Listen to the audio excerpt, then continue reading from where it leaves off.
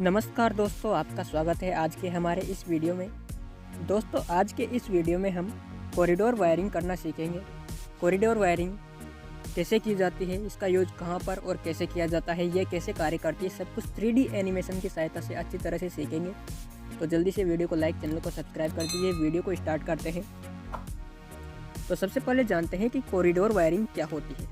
तो corridor wiring के बारे में जानने के लिए सबसे पहले आपको CD वायरिंग के बारे में जानना होगा। तो यदि आपने अभी तक CD वायरिंग का वीडियो नहीं देखा है तो आई बटन या डिस्क्रिप्शन में दिए गए लिंक पर क्लिक करके आप पहले CD वायरिंग का वीडियो देख लीजिए। यह वायरिंग लगभग CD वायरिंग से मिलती जुलती है।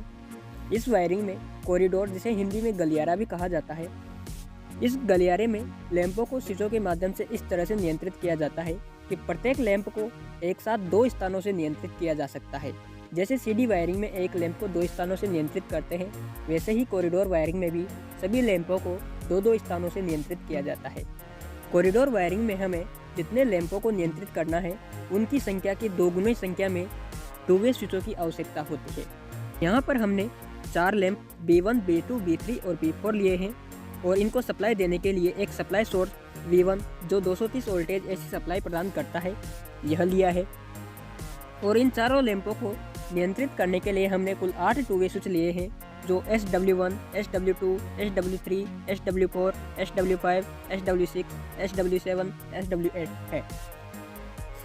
अब हम इन सभी लैंपों के कनेक्शन करेंगे और वायरिंग कंप्लीट करेंगे।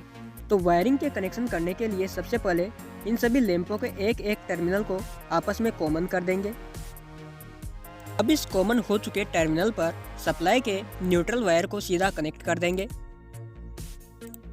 फेज वायर के टर्मिनल को 2 वे स्विच SW1 के बीच वाले टर्मिनल पर कनेक्ट करेंगे। SW1 के बीच वाले टर्मिनल पर से एक लूप वायर निकालेंगे और इस वायर को SW3 के बीच वाले टर्मिनल पर कनेक्ट करेंगे और इसी लूप वायर को आगे बढ़ाते हुए SW5 के बीच वाले टर्मिनल पर भी कनेक्ट करेंगे। इसी लूप वायर को और आगे बढ़ाते हुए SW7 के बीच वाले टर्मिनल पर कनेक्ट करेंगे।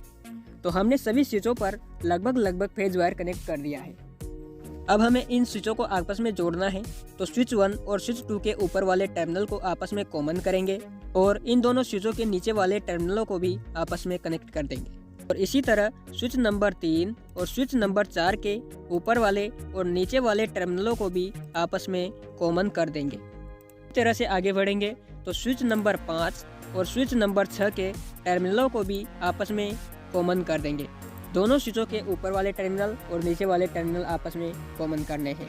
इसी तरह से स्विच नंबर 7 और स्विच नंबर 8 के ऊपर वाले टर्मिनल और नीचे वाले टर्मिनल आपस में कॉमन कर देंगे। स्विच नंबर 2 के बीच वाले टर्मिनल पर से एक वायर लेंगे और इस वायर को लैंप B1 के नीचे वाले टर्मिनल पर कनेक्ट कर देंगे। स्विच नंबर 4 के बीच वाले टर्मिनल पर से एक वायर लेंगे और इसे लैंप नंबर 2 के नीचे वाले टर्मिनल पर कनेक्ट कर देंगे। आगे स्विच नंबर 6 के बीच वाले टर्मिनल से एक वायर लेंगे और इस वायर को लैंप नंबर 3 के बीच वाले टर्मिनल पर कनेक्ट कर देंगे। और इसी तरह स्विच नंबर 8 के बीच वाले टर्मिनल पर से एक वायर लेकर लैंप नंबर 4 के नीचे वाले टर्मिनल पर कनेक्ट कर देंगे।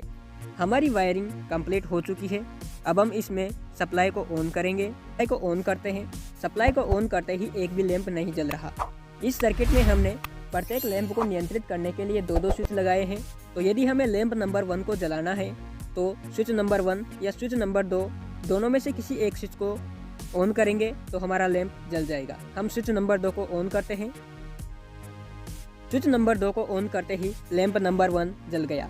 अब इस लैंप नंबर 1 को हम स्विच 1 या स्विच 2 दोनों में से किसी भी स्विच के माध्यम से बंद कर सकते हैं। लैंप नंबर 2 को स्विच नंबर 4 और स्विच नंबर 3 दोनों में से किसी भी स्विच के द्वारा ऑन कर सकते हैं। तो स्विच नंबर 3 को ऑन करते हैं तो हमारा लैंप नंबर 2 ऑन हो जाता है। इसे स्विच नंबर 3 या स्विच नंबर 4 किसी भी स्विच को दबाकर ऑफ भी कर सकते हैं। ऐसे ही आगे स्विच नंबर 5 और स्विच नंबर 6 में से किसी भी स्विच को ऑन करके हम लैंप नंबर 3 को ऑन कर सकते हैं और दोनों में से किसी भी स्विच को ऑफ करके लैंप नंबर 3 को ऑफ कर सकते हैं। लैंप नंबर B4 को ऑन या ऑफ करने के लिए स्विच नंबर 7 और स्विच नंबर 8 का प्रयोग कर सकते हैं। तो स्विच नंबर 7 या स्विच नंबर 8 को ऑन करने पर हमारा लैंप जल जाएगा और दोनों में से किसी भी एक स्विच को ऑफ करने पर हमारा लैंप बुझ जाएगा। यदि हमें एक साथ एक से अधिक लैंप ऑन करने हैं तो सभी लैंपों को नियंत्रित करने वाले दो में से एक स्विच को ऑन करते हुए चले जाएंगे। जैसे लैंप नंबर 1 को ऑन करने के लिए स्विच नंबर 1 को ऑन कर दिया, लैंप नंबर 2 को ऑन करने के लिए स्विच नंबर 3 को ऑन कर दिया, लैंप नंबर 3 को ऑन करने के लिए स्विच नंबर 5 को ऑन कर दिया, लैंप नंबर 4 को ऑन करने के लिए स्विच नंबर 7 को ऑन कर दिया। तो हमारे सारे के सारे लैंप जल चुके हैं। इसी तरह से हम इन लैंपों को ऑन या ऑफ कर सकते हैं और इसी तरह से हम इन लैंपों को ऑफ भी कर सकते हैं। स्विच नंबर 2 या 1 को ऑफ करके हम लैंप नंबर 1 को ऑफ कर सकते हैं। तो हमने स्विच नंबर 2 को ऑफ करके लैंप नंबर 1 को ऑफ कर दिया। स्विच नंबर 4 का यूज करके हमने लैंप नंबर 2 को भी ऑफ कर दिया। स्विच नंबर 6 का यूज करके हमने लैंप नंबर 3 को भी ऑफ कर दिया और स्विच नंबर 7 को यूज करके हमने लैंप नंबर 4 को भी ऑफ कर दिया। तो उम्मीद है आपको ये वीडियो पसंद आया होगा। वीडियो पसंद आए तो लाइक करें, दोस्तों के साथ शेयर करें और इसी तरह के एनिमेटेड वीडियो देखने के लिए हमारे YouTube चैनल को सब्सक्राइब करें। धन्यवाद।